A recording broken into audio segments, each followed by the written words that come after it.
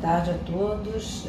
Eu sou Eponina Leme, sou membro da diretoria da Sociedade de Gastrologia do Rio de Janeiro e sou professora associada da Universidade Federal do Rio de Janeiro, e hoje nós vamos conversar um pouquinho sobre a azia.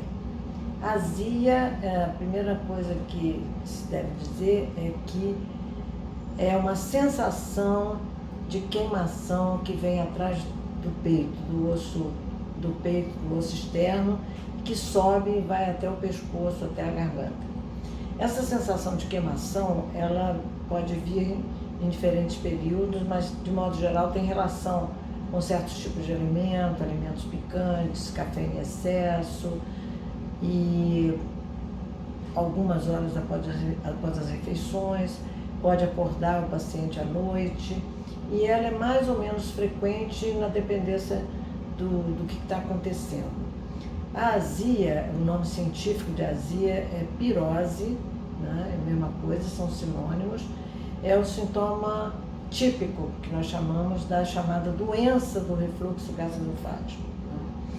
E quando ela é muito frequente, ela necessita investigação.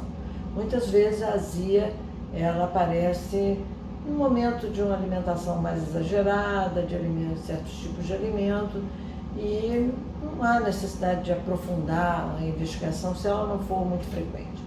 Mas quando ela é frequente, quer dizer, cientificamente 2 ou 3 vezes por semana, pelo menos, ou mais, ela necessita ser investigada. A azia, ela frequentemente vem acompanhada da sensação de refluxo, ou regurgitação ácida, ou de alimentos que atingem até a boca sem necessidade de esterilização. O mais importante é que não se confunda a azia com outros sintomas, porque muitos pacientes chamam de azia a má digestão, o mau hálito, dor no estômago, queimação no estômago. Isso não é azia. A azia é, como eu falei, essa sensação de queimação no peito, subindo até a garganta e desencadeada por determinadas situações, às vezes até situações de estresse, né? E quando ela é muito frequente, como eu disse, ela necessita ser investigada, principalmente se o indivíduo tem mais de 40 anos, 40, 50 anos, e o primeiro método que inicia essa investigação é a endoscopia digestiva alta, porque ele vai ver as consequências no esôfago da doença do refluxo que se manifesta por azia. E muitas vezes essa endoscopia é inteiramente normal.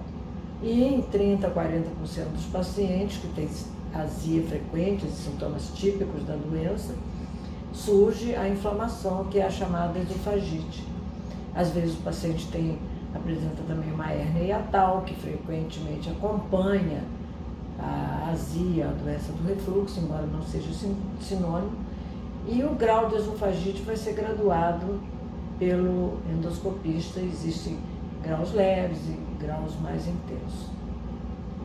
E quando o paciente tem os sintomas frequentes, e se ele realiza endoscopia e apresenta as consequências da doença, que é a presença de alterações na mucosa, ele deve ser tratado.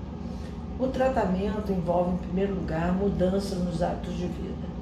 A doença do refluxo, que se manifesta por azia, por sensação de refluxo, ela tem muita relação com a obesidade. Hoje nós sabemos que a obesidade é um dos fatores mais importantes associados à doença do refluxo.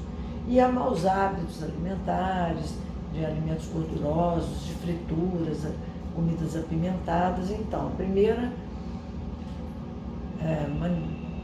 conduta é a mudança dos hábitos de vida do paciente, perder peso no caso de obesidade, evitar comidas gordurosas, não encher muito o estômago de cada vez, comer menos quantidade e mais frequentemente, e não deitar com o estômago cheio, aguardar pelo menos 2 a 3 horas.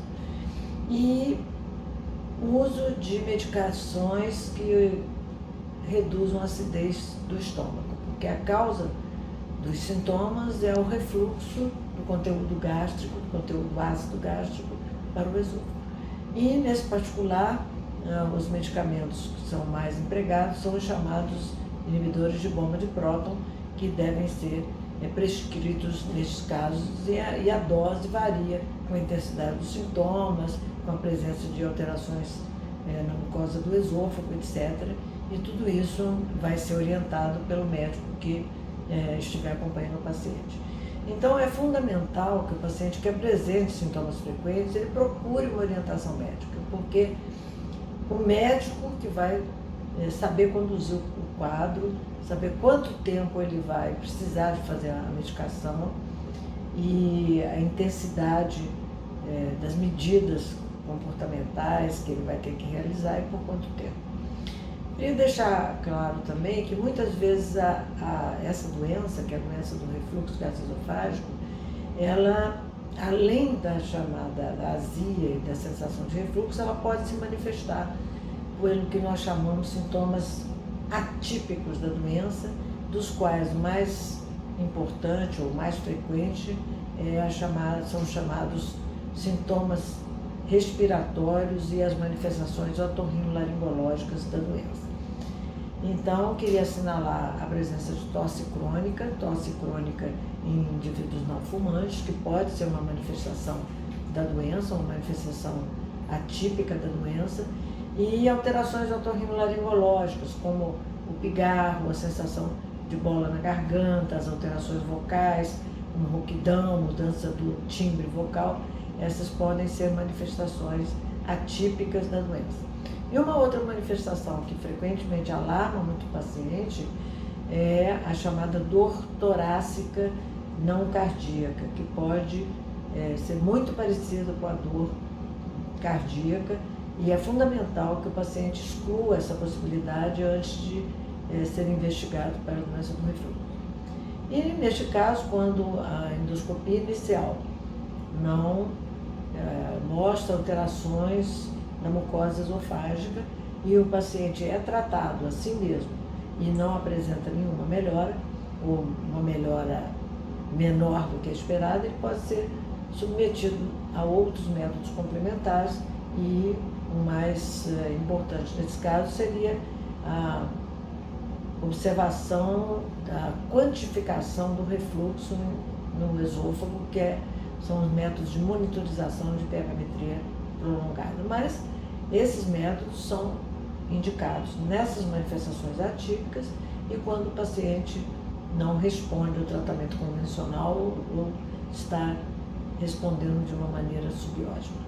Então, para finalizar, queria deixar a mensagem que a doença é muito frequente na população em geral. Acredita-se que em torno de 20% da população ocidental apresente a doença, que se manifesta pelo sintoma típico, que é a azia, que é esse que é objeto da nossa palestra aqui, da nossa fala, e que deve-se prestar atenção, porque o sintoma, quando muito frequente, tem necessidade de investigação, tem necessidade de ser tratado, e não se pode esquecer das medidas comportamentais, principalmente da perda de peso, porque a obesidade é um dos fatores que mais contribuem para a gênese e para o agravamento da doença do refluxo.